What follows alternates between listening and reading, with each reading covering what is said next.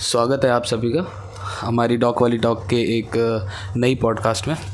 आज हम लोग बात करेंगे हमारी नई संसद भवन के बारे में, जो हमारे अभी हाल फिलहाल में ही हमारे प्रधानमंत्री जी ने जिसका उद्घाटन किया है। सीधा सारी राजनीतिक जो बातें हैं उनको पीछे छोड़ते हुए सीधा मुद्दे पे आते हैं कि क्या सही में नई संसद भवन की ज़रूरत थी, या जैसा विपक्ष बोल रहा है कि नहीं ये तो मोदी ने अपने लिए शीश महल बना लिया। कहीं ना कहीं जो पुरानी संसद भवन थी वो गुलामी की निशानी भी थी, क्योंकि ये जब अंग्रेज़ों ने बनवाई थी 1937 में, और उन्होंने अपने इंडस्ट्रियल वर्क के लिए बनवाई थी। वहाँ पे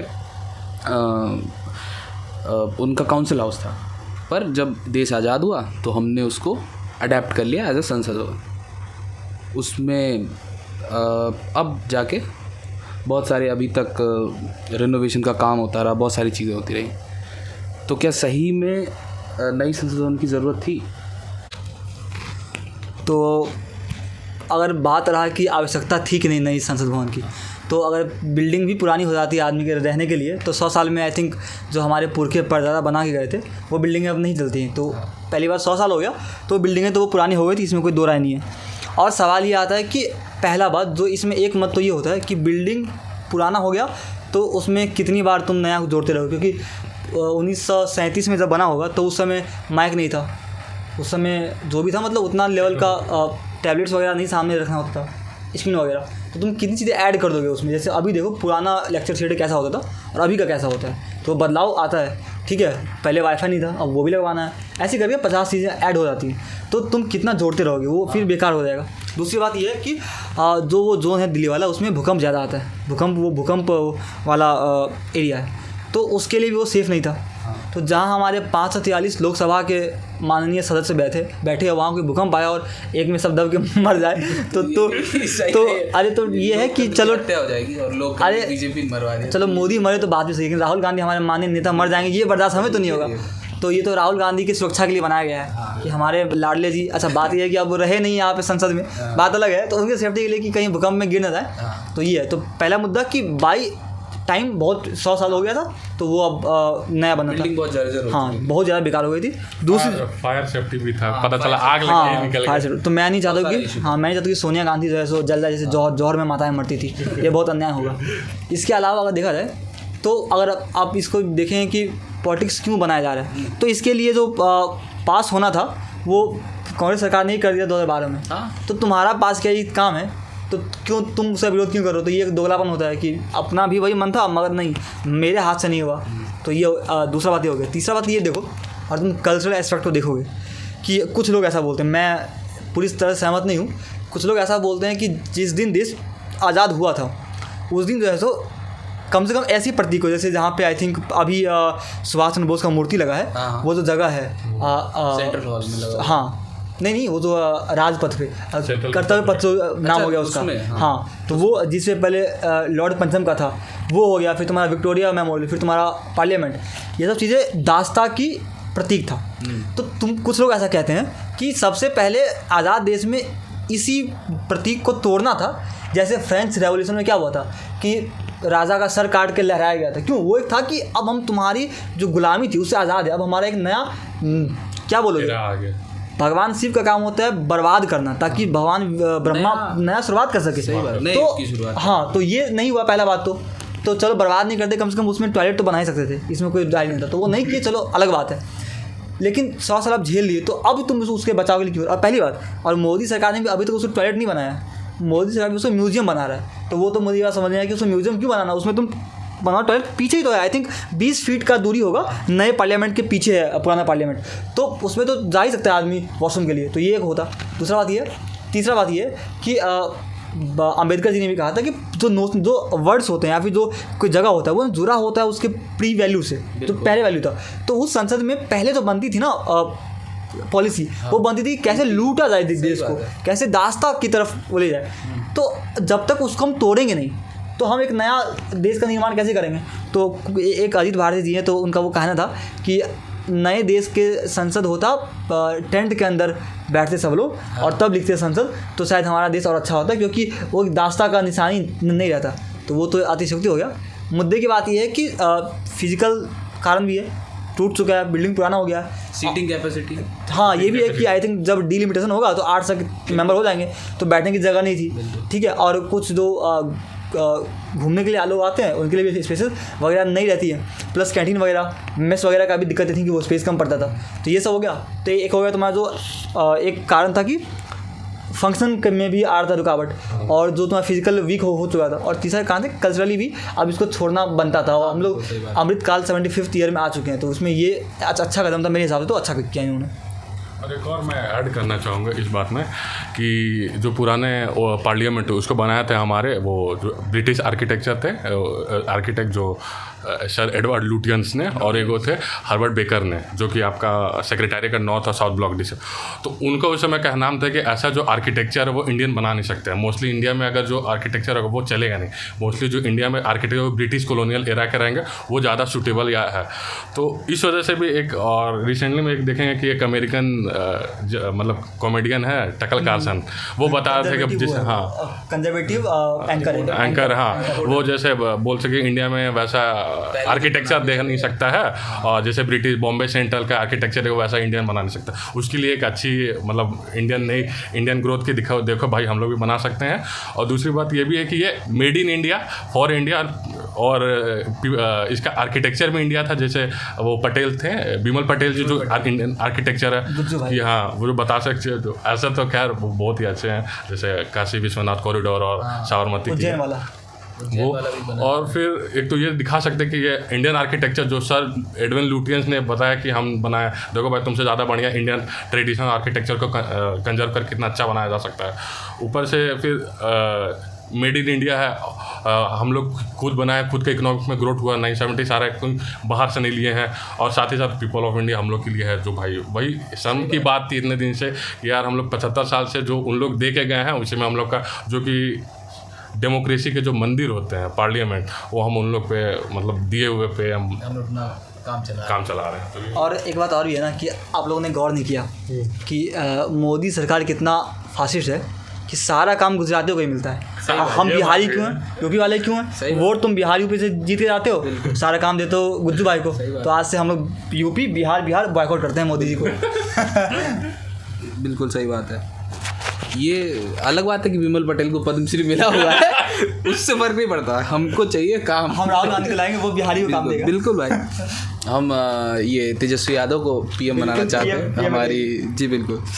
तो इसी पे आते हैं, जब विपक्ष की बात हो ही रही है, तो जब नई संसद भवन का उद्घाटन हुआ, बड़ी सेरेमनी आयोजित की गई, यज्ञ हुआ, एकदम इंडियन कल्चर के हिसाब से उसका उद्घाटन हुआ है। सारी विपक्षी पार्टियों को आमंत्रित किया गया। कुछ विपक्षी पार्टियां आई, नवीन पटनायक जी जैसे हैं, कुछ छोटी छोटी पार्टियां, हाँ। तो पर मेजॉरिटी विपक्षी पार्टी कह लो कि सो कॉल्ड जिन्होंने महागठबंधन बनाया था, अगर देखा जाए तो यहाँ से शायद से जदयू भी नहीं गई थी, कांग्रेस और शरद पवार, बहुत सारे लोग, ममता बनर्जी, और फर्जीवाल की तो बात ही अलग है। तो वो दिल्ली में रह के भी नहीं गए, तो क्या है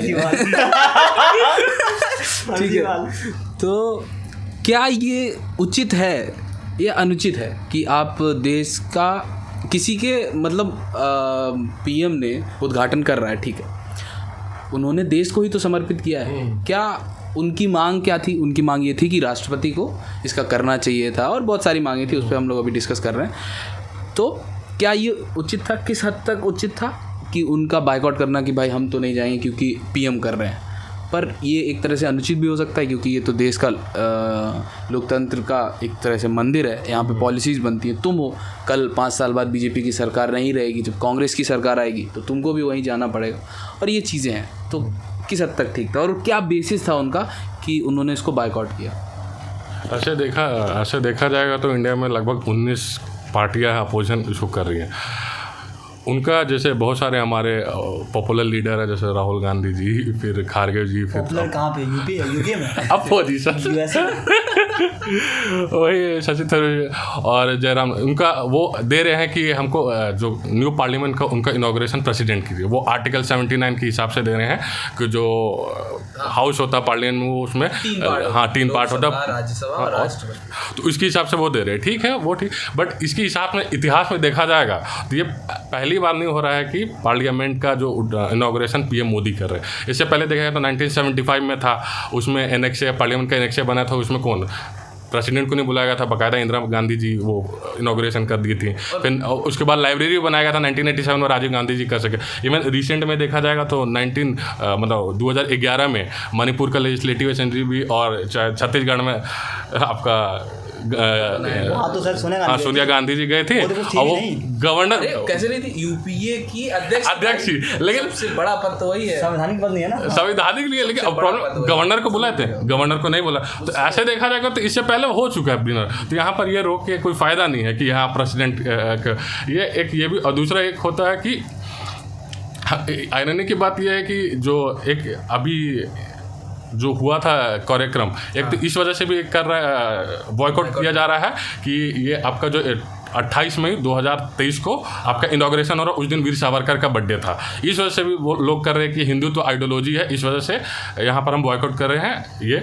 और तीसरा एक ये हो गया कि ऐसे देखा जाएगा तो अपोजिशन का एक कांग्रेस का ये भी है कि सेंगोल एक बहुत ही इंपॉर्टेंट पार्ट है, जो कि ट्रांसफ़र ऑफ पावर जिसे होता था, जिसे हमारे बहुत ही प्रभुत्व चोला एम्पायर थे, तो उस केस में जो भी एक राजा दूसरे राजा को जब ट्रांसफ़र ऑफ पावर करता था तो उसमें सेंगोल होता था।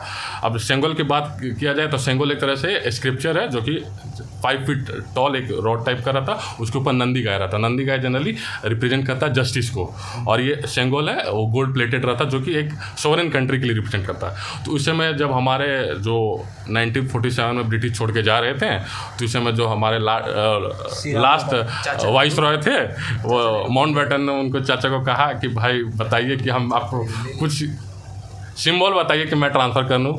तो उस समय वही कंसल्ट किए कि वक्त मांगे कि हाँ हमको थोड़ा देरी चाहिए, तो उसमें फिर उस समय हमारे लास्ट गवर्नर जनरल थे श्री राजा गोपालाचारी जी, और राजा जी को, तो उनसे कंसल्ट किए, तो वही वो किए कि हाँ आपके तमिल में एक चोला एम्पायर में आपका सेंगोल था जो, तो ये इसमें ये कंट्रोवर्सी एक हो जा रही है कि बीजेपी बोल रही है कि उस समय सेंगोल था जो कि ट्रांसफ़र ऑफ पावर के रूप में दिया गया था 14 अगस्त 1947 को, बट एक कोई बीजेपी के थे, सॉरी कांग्रेस के कबूतर, वो बोल रहे कि ये दिया गया था बट एज ए सिंबल नहीं दिया गया था।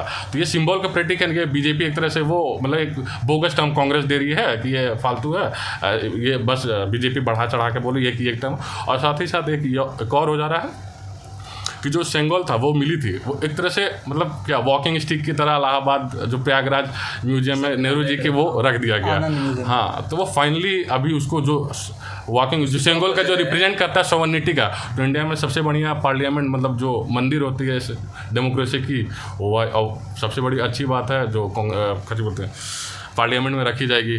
तो ये भाई उसको मैं ये तो बोलते हैं ना ये लोग कि एज अ स्टिक दिया गया था नेहरू जी को, जो जयराम रमेश जी बोले हैं, मैं इसमें एक आंसर देता हूँ कि भागता हुआ चोर अपना लंगोट पकड़ाया गया था क्या क्या लॉजिक है भाई? कोई आदमी कोई चोर भाग रहा है तो तुम्हें क्यों देगा वो, तुम्हें क्यों देगा कि भाई ये लो हमारे से तोहफा?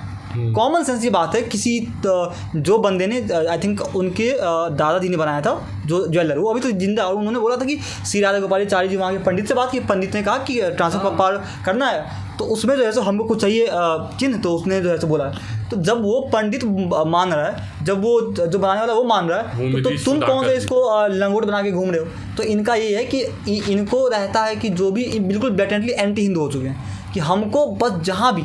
अच्छा, इसमें मैं ऐड करता हूँ कि ये जरूरी क्यों होता है सेंगोल, जो मुझे लगता है कि एज अ नॉर्थ इंडियन लोग सोचते हैं कि हमें नफरत होगा तमिल से, वहाँ से। मैं अब बताता हूँ। पहली बात तो ये जो सेंगोल का कॉन्सेप्ट है, ये हिंदू धर्म में बिल्कुल बसा हुआ है, ऐसा नहीं कोई बाहर से कोई तमिल का कोई अलग से कॉन्सेप्ट है। तो महाभारत में जो है सो पितामह भीष्म ने जब मरने वाले थे, तो उन्होंने आई थिंक शांति पर्व में इसका प्रॉपर वर्णन है कि उन्होंने कैसे एक धर्मदंड, राजदंड और धर्मदंड वैसा होता है कि जो तुम्हारा कोई राजा जो भी है लेकिन राज धर्म का होगा, तो वो जो धर्म का राज होगा वो एक प्रतीक, ये जो दंड है ना, ये तुम्हारा धर्म के राज को कायम रखेगा। कोई भी बंदा अगर राजा अगर कितना भी अत्याचारी हो जाए तो ये जो है सो एक धर्म दंड रहेगा कि और धर्म दंड आता रहेगा कि धर्म का पालन करके ही राज चला। और धर्म दंड जो है राज पुरोहित, जो कि पुरोहित अभी के हिसाब से तो नहीं है रिलेवेंट, पर उस समय यह था कि वो न्याय के और धर्म के जो है सो एक गाइडेंस होंगे राजा को, तो वो देते थे कि आपको इस धर्म दंड के हिसाब से चलना है। तो ये जब हमारे इतिहास में लिखा हुआ है, और जब एज अ नॉर्थ इंडियन मैं बोलता हूँ कि इससे अगर साउथ इंडिया वाले लोगों को ये लग रहा है कि हमारे कल्चर को नॉर्थ इंडियन बिल्कुल इज्जत से ले रहे हैं, ऐसा नहीं कि कोई हमें द्वेष है कि यार कोई बिहार का कल्चर नहीं गया, भाई हम तुम्हारा जो कल्चर है तमिल का वो बिल्कुल मेरा है, मैं तमिल सीख भी लूँगा अगर मुझे मौका मिले तो, कोई द्वेष नहीं है। तो इससे अगर देश एक भी हो रहा है, अच्छा उन्होंने तो हिंदी और तमिल पे बांटा साउथ इंडिया और नॉर्थ को, तो और ये मोदी जी का भले देखो पॉलिटिक्स वोट का है कि भाई हमें वोट चाहिए तमिलनाडु में, बट सबको तो मैं भी किसी काम पैसे के लिए कोई काम कर रहा हूँ तो उतना बुरा भी नहीं, और मैं किसी का भला भी करूँ और मुझे 2-4 पैसे भी हो जाए तो सरकार पूरे देश को जोड़ भी दे, और सरकार जो है तो उसमें कुछ सिंबल को यूज़ करके अपना कुछ वोट भी ले ले, इसमें बुरा क्या है। तो इन्हें वो मिर्ची लग रही है कि हमें जो हमने बांटा था ना वो अब एक हो रहा है। तो जैसे कि जो सिंबल था वो आखिरकार चाचा नेहरू की छड़ी बन के प्रयागराज के संग्रहालय में रखा गया, और अब वो फिर से अपनी सही जगह जहाँ है शायद से लोकसभा में, लोकसभा में स्थापित हुआ है। हाँ, स्पीकर ओम बिरला जी की जो कुर्सी है उसके बगल में उसको स्थापित किया गया अच्छे ढंग से। जिस तरह से मेरे हिसाब से नई पार्लियामेंट की जो बिल्डिंग है ना उस पर बात करना बहुत ज़रूरी है। वो दर्शाती है नए इंडिया को, तो दर्शाती है नई टेक्नोलॉजी में कितना ज़्यादा इंटीग्रेशन है। मेन मुद्दा ये नहीं है कि नई टेक्नोलॉजी तो हर जगह मिलती है, कि हर जगह मल्टी बिलियन कंपनी है वो भी लगाती है, हाई स्पीड नेट है, बायोमेट्रिक है, नया ये रूम बना दिया और पेपर फ्री कर दिया, ये चीज़ें तो है ही कि पेपर फ्री कर दिया, अब आपके स्क्रीन पे आएगा, आप ये कर सकते हो, वो सब चीज़ें पेपर फ्री वर्क वो सब ठीक है। पर मेन मुद्दा है कि जब आप पीछे अपनी हिस्ट्री को इंटीग्रेट करते हो, जिस तरह से उसका जो सेंट्रल हॉल है उसमें उन्होंने सबको रखा हुआ है, कैसे हिस्ट्री कैसे पीछे से लेके सबकी चाणक्य की मूर्ति है, समुद्र मंथन का जो कांसे का है कि कितना बढ़िया है वो। तो वो दर्शाता है कि वो कहीं ना कहीं एक सिंबल की तरह दर्शा रहा है कि दोनों यहाँ पे पक्ष विपक्ष मिल के कुछ नया निकाल रहे हैं, कुछ बना रहे हैं, जो भी निकलेगा और देवता मिलके कुछ नया बना रहे हैं और उसमें से जहर भी निकलेगा, मतलब विष भी निकलेगा तो अमृत भी तो निकलेगा। तो पार्लियामेंट में ऐसा होता रहता है, आर्गूमेंट भी होगा, कुछ हम चाहते हैं कि वो नई पार्लियामेंट हमारे लिए कुछ अच्छे नियम बनाए, लेकिन कहीं ना कहीं इस पर एक हम आएंगे सेंट्रल हॉल में ही एक मैप है उस पर आता है, बड़ा ही कंट्रोवर्सी हुआ, उस पर बोला गया कि अखंड भारत का नक्शा बना दिया गया है। पाकिस्तान बोलता है उससे कोई फ़र्क नहीं पड़ता, नेपाल बोलता है, बांग्लादेश बोलता है, अखंड भारत का नक्शा, और इस पे क्या कंट्रोवर्सी है, इस वजह से। तो इस पे जो मेरा ये एक टेक है कि नेपाल का जो एक ऑब्जेक्शन है वो लॉजिकल है, वो मुझे उससे कोई दिक्कत नहीं है, और इससे जो दिक्कत है जो बांग्लादेश का वही मुझे समझ में आता है कि वो उनको क्या मतलब अब 4 आदमी बोल रहा तो हम भी बोल दें, वो कुछ करेंगे नहीं, क्योंकि अभी बांग्लादेश का इकॉनमी पूरा टूटा हुआ है और उन्हें करने को तो हाँ कुछ नहीं करेगा। मैं ये बोल नहीं नेपाल भी कुछ नहीं करेगा, और तो फिर भी स्टेबल है, पाकिस्तान है जो हाँ तो मैं ये बोल रहा था कि जो नेपाल का है कि अपना वो एक शेड कल्चर है, तो कल को नेपाल को हम समझा देंगे कि देखो ऐसा बात है कि जो तुम्हारा नेपाल का बॉर्डर है और जो मगध है वो बहुत पास है, तो वो समझ जाएंगे। मुद्दे की बात है जो एस जयशंकर जी ने कहा कि नेपाल को डिप्लोमेटिकली आंसर दे दिया गया, बांग्लादेश को दे दिया गया, और पाकिस्तान का औकात नहीं कि वो समझ पाए। मतलब भाई इतना अच्छा फॉरेन मिनिस्टर कि सिंपल एक लाइन में आंसर कि दो मेरा मित्र मुल्क है, उसको मैंने बता दिया देखो भाई ऐसा है कि अशोकन एम्पायर का ये अब मेरा कोई सपना नहीं है, भारत का सपना वैसा नहीं है भाई, कोई अब भारत का सपना है कि हम फिर से इंडियन हिस्ट्री है। हाँ अशोकन एम्पायर में यू शुड बी प्राउड कि तुम भी उसके पार्ट थे, कोई दिक्कत नहीं भाई, तो वो तो समझ जाएगा। और ये इतने अच्छे से बोलना मतलब एक क्लियर एक अच्छा फॉरेन पॉलिसी। इसके अलावा मैं एक चीज़ ऐड करना चाहूँगा कि ये जो चीन के हिसाब से वो चीन ने उकसाया था इसको पाकिस्तान को करने के लिए, ये भी एक एंगल आ रहा है। लेकिन जो मुझे लगता है कि लोग अखंड भारत पे लोग वो उनका डर है कि अखंड भारत, मैं बताता हूँ अखंड भारत पॉसिबल नहीं है, पहले बात तो ये, और हमें चाहिए नहीं, हमें नहीं चाहिए, मतलब पता नहीं किसी को चाहिए, हमें नहीं चाहिए। क्यों? क्योंकि अभी शोएब जमई ने साफ साफ कहा है कि 25 करोड़ मुसलमान बांग्लादेश के, 25 करोड़ मुसलमान पाकिस्तान के, 25 करोड़ जो भारत के मुसलमान लेकिन वो पाकिस्तानी होते हैं सारे, 10% छोड़ दो, 90% पाकिस्तानी दिमाग वाले ही होते हैं, ठीक है। तो ये 75 करोड़ मिल करके 80 करोड़ हिंदू मुसलमान बचेगा, और हम जो है सो मुसलमान एक पीएम बनाएंगे और फिर शरिया लागू करेंगे। तो भाई नमस्कार, हमें नहीं चाहिए तुम्हारा भाई। अगर, और मैं कह दूँ, और कल को अखंड भारत बनता भी है तो पाकिस्तान के जो लोग हैं उनको voting rights not equal to Indian मिलेगा। तुम अपने लिए करो, तुम्हारा फॉरेन पॉलिसी मैं करूँगा। तो हमें कोई शौक़ नहीं एज ए इंडियन, सिर्फ मैं अपने बारे में कह सकता हूँ और हमारी टीम के बारे में कह सकता हूँ कि हमें कोई शौक़ नहीं है अखंड भारत का, उन्हें जो लगता है वो लगे। तो ये सब बकवास की बातें सब चलते रहती हैं। हमें एक नया घर में भेदी नहीं पालना है, नहीं पागल बिल्कुल। ये भी मैं ऐड करना चाहूँगा कि बहुत लोग बोलते हैं कि अखंड भारत अभी जो करेंट में आरएसएस आइडियोलॉजी चाहे बहुत ही जो डिमांड हुई अखंड भारत उसके लिए, भाई ये जो है वो है अखंड भारत का वो सपना ठीक है, बट ये करंट सिनेरियो में पॉसिबल नहीं, क्योंकि एक तो मेरे दोस्त ने बता दिया, और दूसरा ये भी है कि पाकिस्तान वो बोल रहा है उसको प्रॉब्लम वो इतना इतिहास जानता ही नहीं है कि बात कर सके। सही बात है।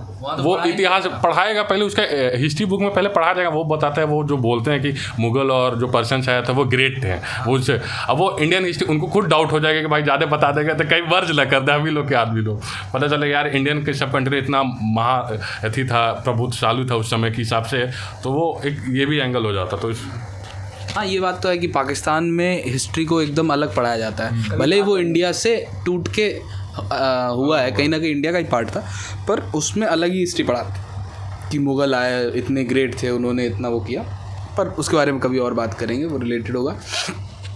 बात कहीं ना कहीं शायद पार्लियामेंट पे और कोई कुछ बचा है क्या? सारी बातें लगभग हो गई हैं।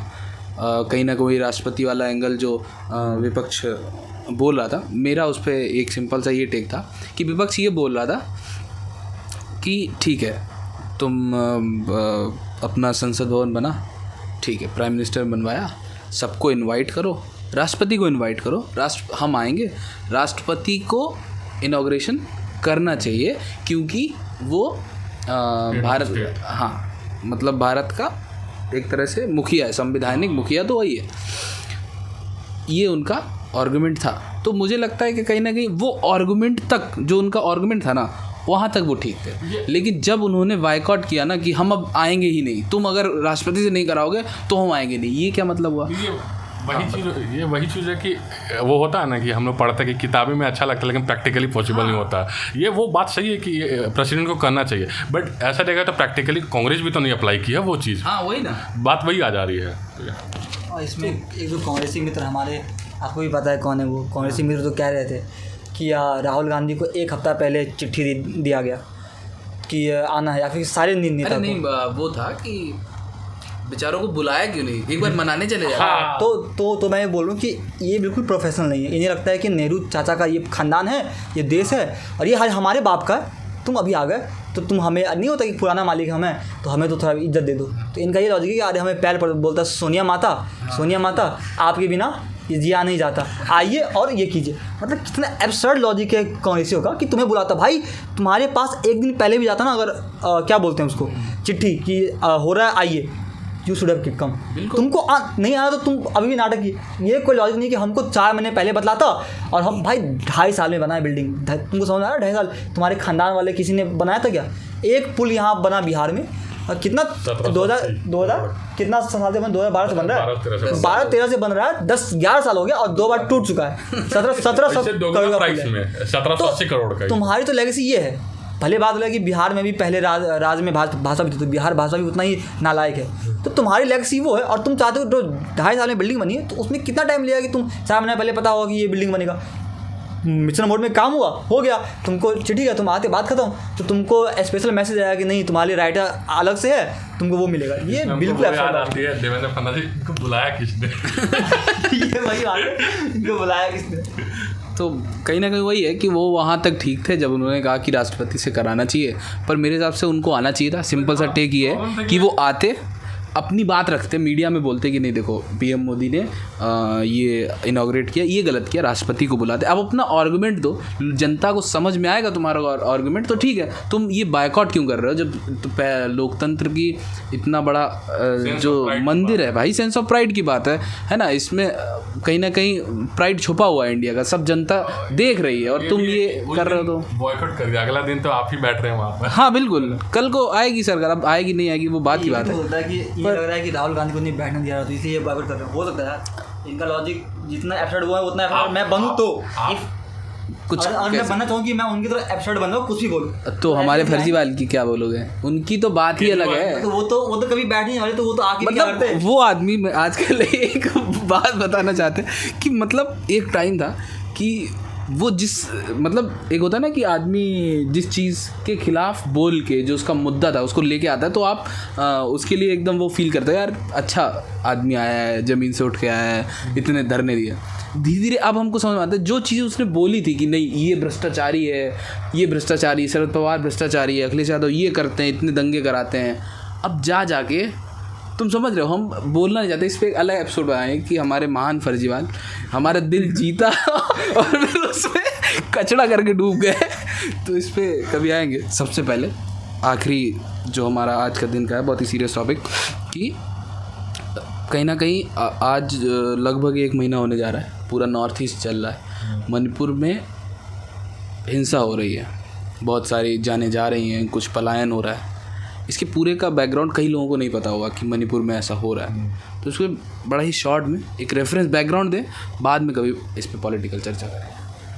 ऐसे ये देखा जाएगा तो ये जो मणिपुर में जो वायलेंस हुआ था वो जनवरी 3 मई 2023 को हुआ था।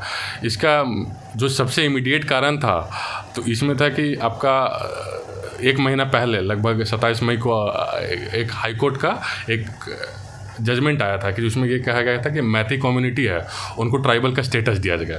तो इस जजमेंट के बाद है ना वो स्टेट गवर्नमेंट को बोला कि आप यूनियन गवर्नमेंट को बोलिए कि कंसिडरेशन के लिए भेज सकते हैं।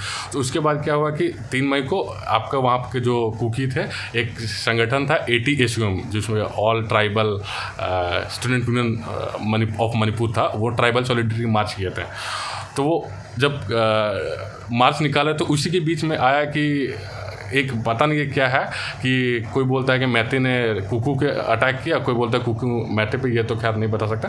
तो बस उसी में ट्राइबल नॉन ट्राइबल के बीच में वो वायलेंस हुई और वो देखते ही देखते आप देख सकते हैं किस कंडीशन में चली गई। वायलेंस इतना हो गया कि यार 5,000-7,000 लोग को 1,000 लोग को डिस्प्लेस करना पड़ गया, रातों रात आर्मी एक्ट लगाना पड़ गया। तो इसका देखा जाएगा ये इमीडिएट एक्ट है कि जो जजमेंट आया था ट्राइबल के इस वजह से, लेकिन इसका अगर रूट कॉज देखेंगे तो ये बहुत ही पहले हुआ। तो हमारे इंडिया में जानते हैं कि ब्रिटिश हर चीज़ का रिलेशन ब्रिटिश के साथ है। तो 1891 से पहले जो मणिपुर था वो प्रिंसली स्टेट था, लेकिन 1891 में आपका उससे भी पहले था कि बर्मा और पहले मैती किंगडम होता था।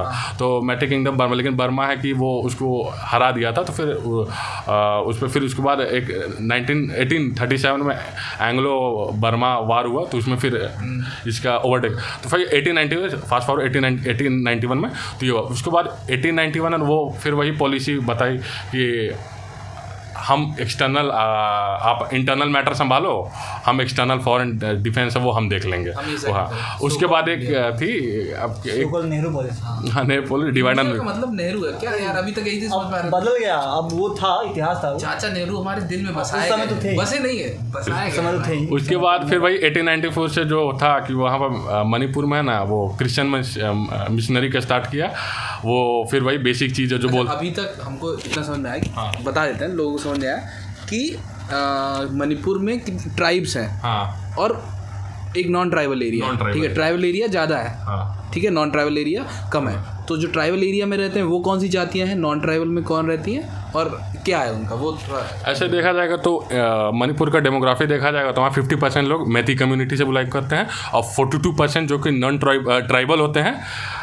मैती कम्युनिटी नॉन ट्राइबल है जो कि वैष्णवित हिंदू है। नॉन ट्राइबल अभी है वो है ट्राइबल ही, मतलब उसको मानता है नॉन ट्राइबल। हाँ, उसमें मैती में भी है ना, मैती में भी एक 8% मैती है जो वो नॉन ट्राइबल है। हाँ, और बाकी जो बता रहे हो अब बाकी ट्राइबल है जिसमें कुकी एंड नागा होता है जो कि 42%।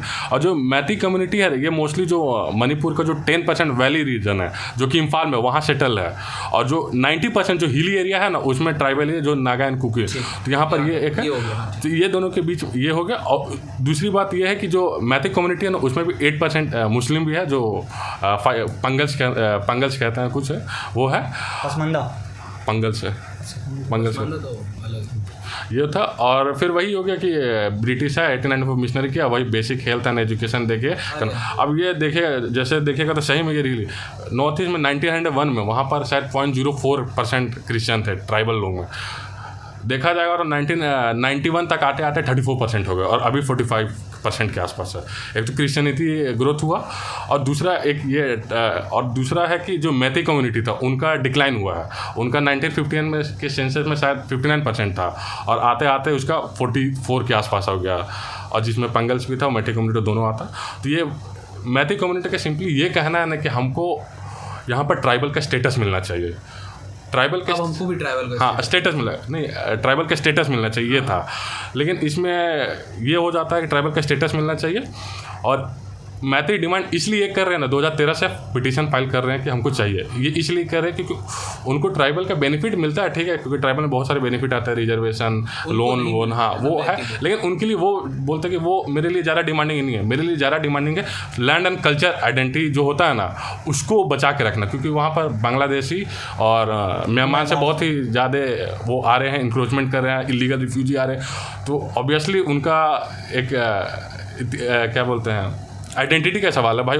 कोई बाहर से आ रहा है, वो अपने ही राज्य में माइनॉरिटी बन के रह जाएंगे, इस वजह से वो कह रहे हैं। अच्छा, इसमें आप ये भी सोचना कि तुम्हारे देश का, तुम्हारे राज्य का 50% आबादी तुम्हारा 10% पॉपुलेशन में रह रहा है। अपार्ट फ्रॉम दैट कोई अगर ट्राइबल एरिया से भी बंदा कोई पढ़ लिख लेता है तो वो भी आएगा इम्फाल में। तो तुमको उस 10% एरिया में तुमको ये 50% मैती, फिर जो तुम्हारा नागा और कुकी आएंगे उनको भी तुमको करना है, रहना है। तो अब तुम या तो तुम ऐसा करो कि बैन कर दो कि कोई नागा कुकी नहीं रह सकता यहाँ पे, तो वो तो तुम करोगे नहीं। अच्छा, एक लोगों को इतनी जल्दी नहीं समझ में आ रहा है क्योंकि लोगों ने मान लो बैकग्राउंड चेक नहीं किया। तो सिंपल ये है कि मणिपुर में इम्फाल जो उसकी राजधानी है, उसके आसपास का एरिया वो लैंड एरिया है प्रॉपर, जो है हाँ प्लेन एरिया है, जो थोड़ा सा वैसा है, जंगल नहीं है, ऐसा सिंपल भाषा में। और जो बाकी हाँ एग्रीकल्चरल लैंड है, और बाकी वो एरिया जो है बात कर रहे हैं हम, वो जो अपना प्लेन है, जो एग्रीकल्चर एरिया है, वो 10% है अप्रॉक्सीमेट मान के चलते हैं। और जो हिली जो जिसमें जंगल है, हिली एरियाज है, वो 90% है। अब बात करते हैं, दो तरह की कम्युनिटी है, एक नॉन ट्राइबल जिसको मेजॉरिटी थी पहले, अब वो माइनॉरिटी होती चली जा रही है, वो है मैती कम्युनिटी।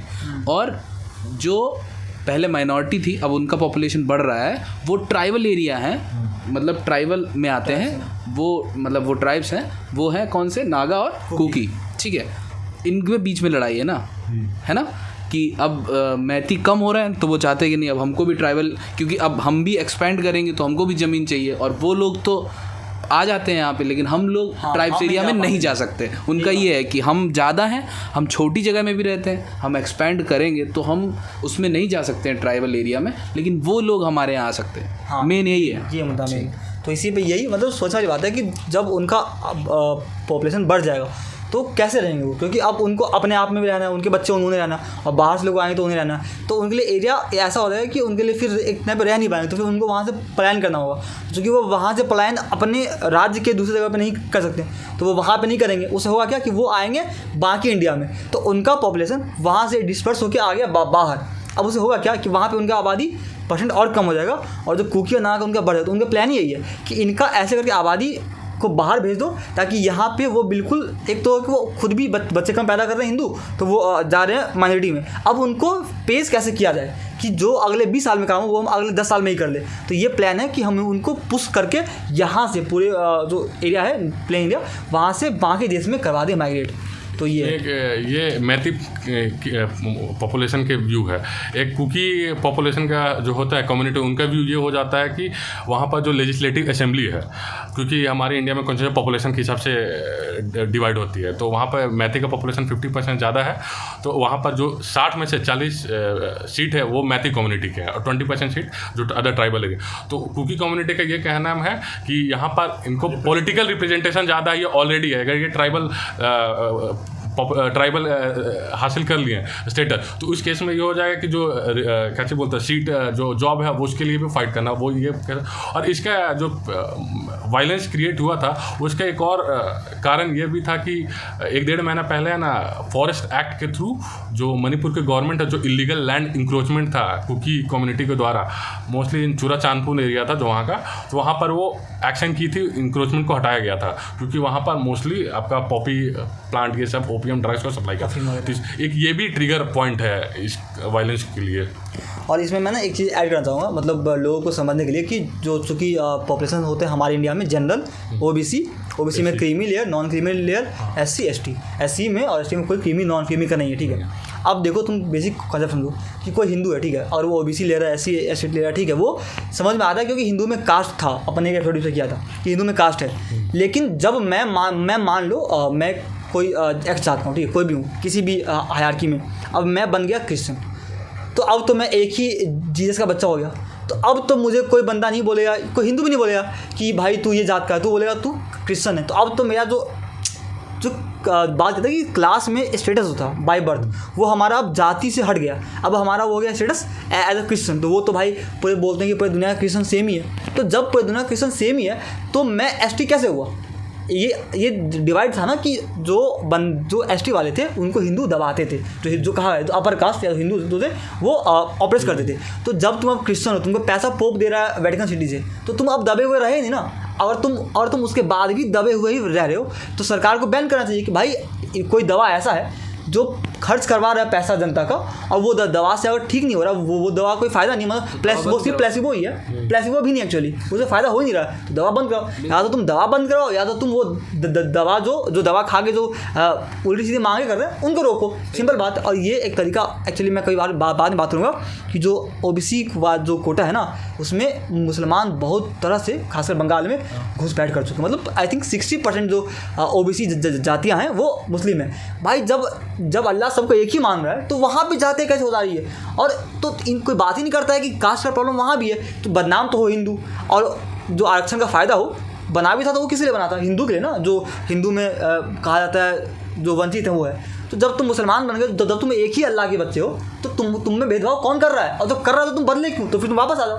तो ये मेरे साथ एक बेसिक कॉन्सेप्ट ये है कि जो एसटी अगर बन चुके हैं, जो एसटी हैं और क्रिश्चियन है वो मांग करते, तो मेरे हिसाब से वो प्राइमा फेसी ही रॉन्ग है, क्योंकि जब तुम हो ही नहीं हिंदू, और जब तुम एसटी, जब तुम अपने आप को मान लिए तुम सिविलाइज हो गए, क्रिश्चियन बना मतलब होता है कि तुम वाइट मैन हो गए, तो जब तुम वाइट मैन हो चुके हो तो तुम्हें जरूरत नहीं है किसी भी आरक्षण की। तो ये तो सॉरी जो मैथिक कम्युनिटी 1949 से प्री इंडिपेंडेंस वो ट्राइबल कम्युनिटी में ही आते थे। हाँ, ये भी था। मैं ये बोला था कि वो नॉन ट्राइबल अभी है, बट वो पहले ट्राइबल ही में थे। उन्होंने स्टेटस उनको दिया भी है, पर उन्होंने कहा ठीक है हमको नहीं चाहिए। अरे पहले मना भी कर दिया एक बार, इसको था ना, पर अब उनको समझ में आया। सद्गुण विकार बोलते हैं कि अरे हम अच्छा बनना है तो चलो ले लो। हाँ, तो उन्होंने दे दिया। बांग्लादेशी देसी म्यांमार की रिफ्यूजी आके निकाल वही ना, तो